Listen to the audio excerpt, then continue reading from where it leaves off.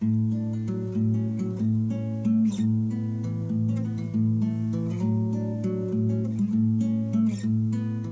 everybody, welcome back to Conscientious Omnivore. My name is Pal. Today I'm going to be planting some ginger. I got this at the store a couple weeks ago. It's been sitting out on the kitchen counter and it's already started to sprout some nice leaves here and growth. You can see two separate parts here. There's more little buds forming here as well. So I'm sure it's really trying to get growing anyway.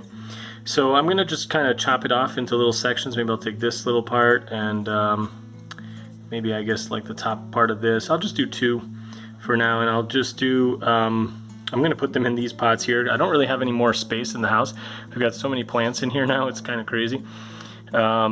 It's a real jungle. So these are actually the physalis plants, which we saved with my wife out of the garden. Check out my video from before if you haven't seen that one. They seem to be doing great, tons of new growth, doing really nice. They're beautiful plants. So I would recommend anybody grow these. These are nice. I'm really hopeful for these for next year.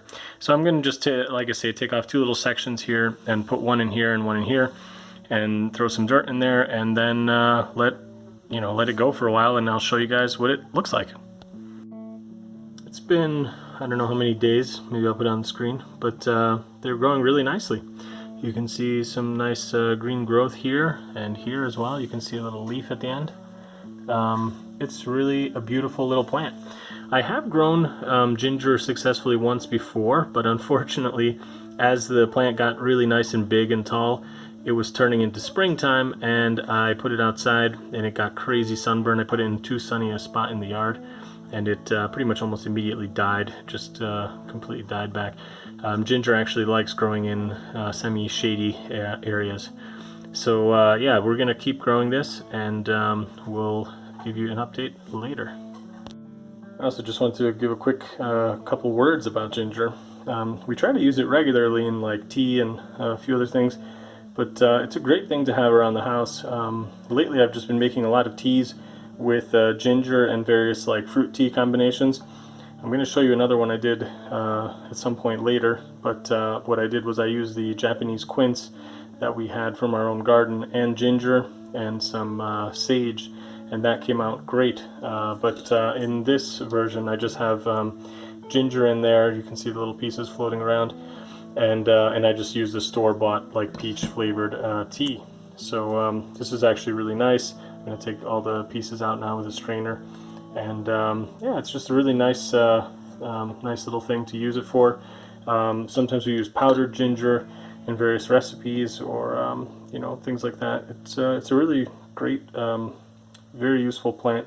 Has really strong medicinal properties as well. Acts as a bit of a painkiller too, so it's actually quite handy. Alright guys, so oddly enough we are in the basement at this point. I've completely run out of space upstairs. It's just been kind of hard to keep a lot of the plants in the main part of the house. So right now this is kind of a little spot in the basement with a southern facing window. There's just a little window here, and it does get some sunlight during the day. We're already past kind of the peak part of the sunniest part of the day, but yeah, you can see that the ginger plant is actually still alive and doing well. It's been down here for about 2-3 weeks now, I would say. I'll put a timestamp of how long it's been growing to get here, but it is definitely kind of suffering. So you can see some wear on the plant, a little bit of stress. I think it's kind of yellowing a little bit, although for the most part it still kind of looks okay.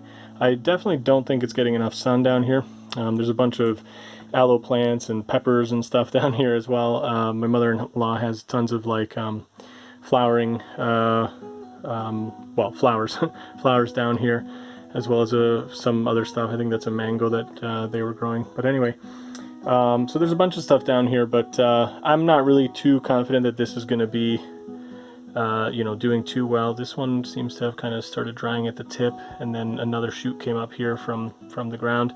So I would say it's kind of a partial success. I would definitely recommend, if you're going to try this at home yourself, if you're starting them in the winter like this experiment is kind of doing, you want to be able to have at least a sunny spot for them. I will do updates on these, and I'm still kind of hopeful that they survive. We will see, and if they do, I'll definitely be moving them outside into in the spring. I probably will leave them potted, and we'll see how they go.